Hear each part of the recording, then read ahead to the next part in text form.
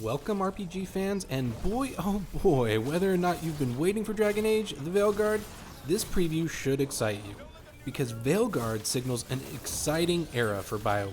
I'm not going to bother mincing words here. The combat in Dragon Age Veilguard is by far my favorite system that Bioware has come up with to date, and we're going to show off a few different playstyles.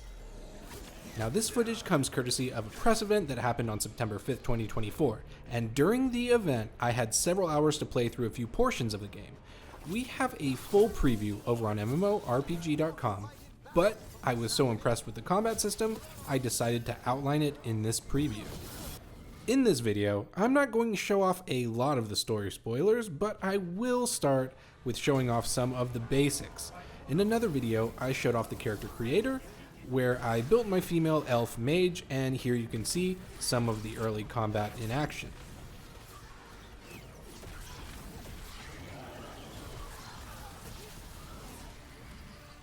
There are some simplistic combos that you start with, and the ability to throw up a barrier that can protect quite well from numerous attacks.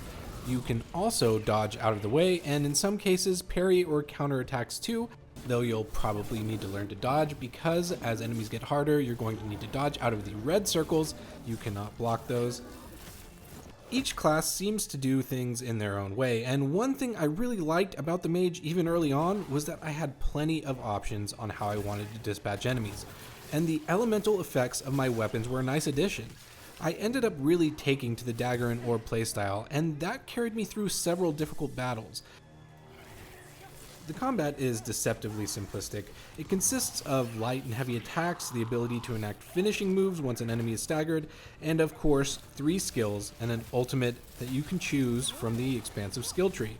You'll need to unlock these skills as you level up, and you'll probably have more skills than you know what to do with, so you'll have to plan accordingly. You get more than just your skills though, as the companion Zeus-Lot will also have their own set of abilities, which is similar to many previous Bioware games, so if you've played Inquisition before, this is going to feel just the same.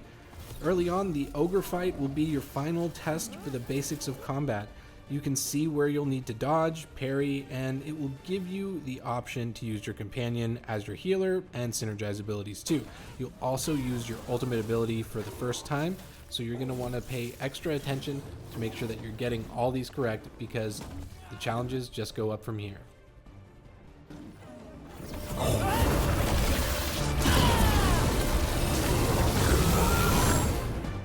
However, what makes Dragon Age the Veilguard so good is that the combat is quite fluid, and the team has really put thought into the skill tree and can engage players with a wide range of playstyles.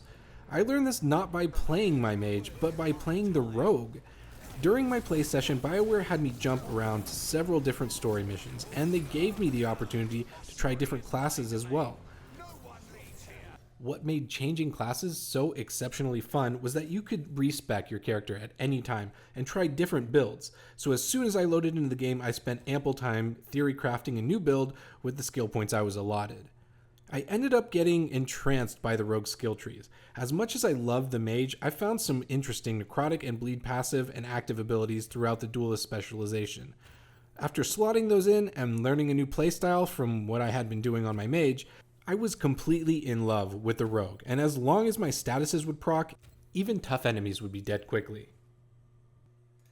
There was actually a lot of versatility to the rogue too, which included the use of their bow and arrow. There were skills that increased the damage and how fast your arrows would regenerate. It was another unique build that I wanted to try out, but I just didn't have the time to build it out to its fullest. While I didn't have an extensive look at every skill given the time constraints, I was able to find a few options that really resonated with me, picking up necrotic enhancements, medium armor passives, and sword damage buffs.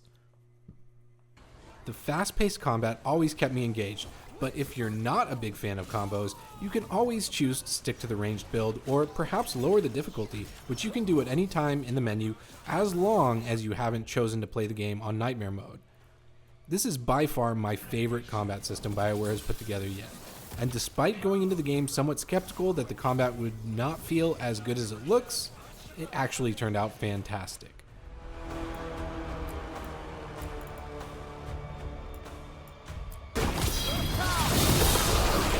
Take him out.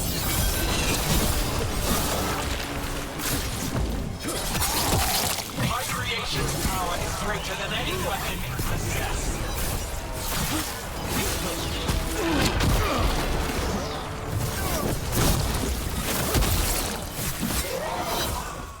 If you're hyped about the game, jump into our comments and let us know. And don't forget to like and subscribe.